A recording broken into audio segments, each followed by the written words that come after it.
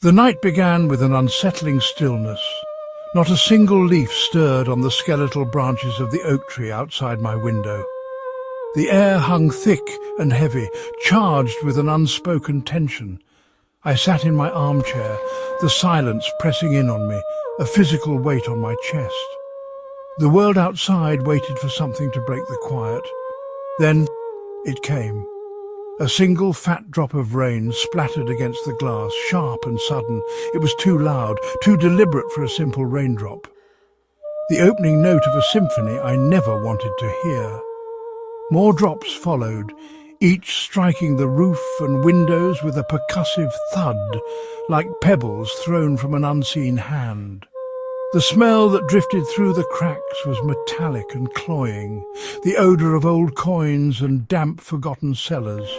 The downpour intensified, hammering the house. It wasn't a cleansing rain, it was an assault. The relentless noise swallowed every other sound, trapping me within these four walls.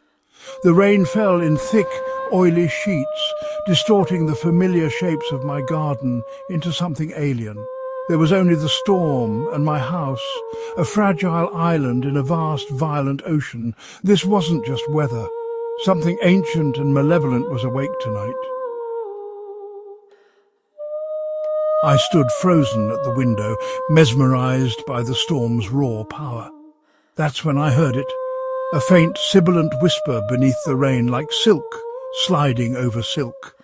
The sound seemed to come from the window pane itself, a collection of soft, overlapping whispers I couldn't quite decipher but felt deep in my bones. My heart hammered as I pressed my ear to the cold glass, straining to understand.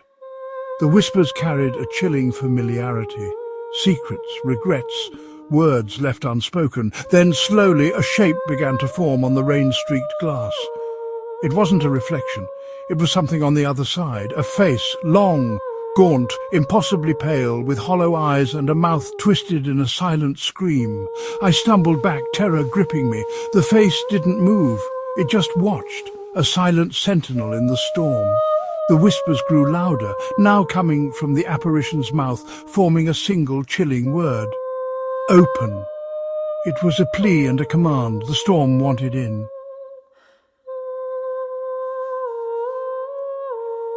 Panic seized me. I backed away from the window, my eyes locked on the ghastly face imprinted on the glass. I turned and fled, my bare feet slapping the hallway floor. Whispers echoed through the house, carried on the damp, heavy air. Open. Open. The word seeped through the walls, rising from the floorboards. My sanctuary now felt like a cage, the storm rattling its bars. Water began to seep under the back door, pooling on the linoleum floor. The water moved in unnatural ways, swirling and forming impossible patterns. In the centre, a shadow took shape. Long, slender limbs bent at impossible angles. More shadows coalesced in the spreading water, a silent crowd of writhing figures. The rain was a conduit, holding the spirits of all who had perished in its embrace. The whispers grew into a chorus, all murmuring the same word, open. They were everywhere, their hollow eyes fixed on mine. The rain had brought them inside. There was nowhere left to run.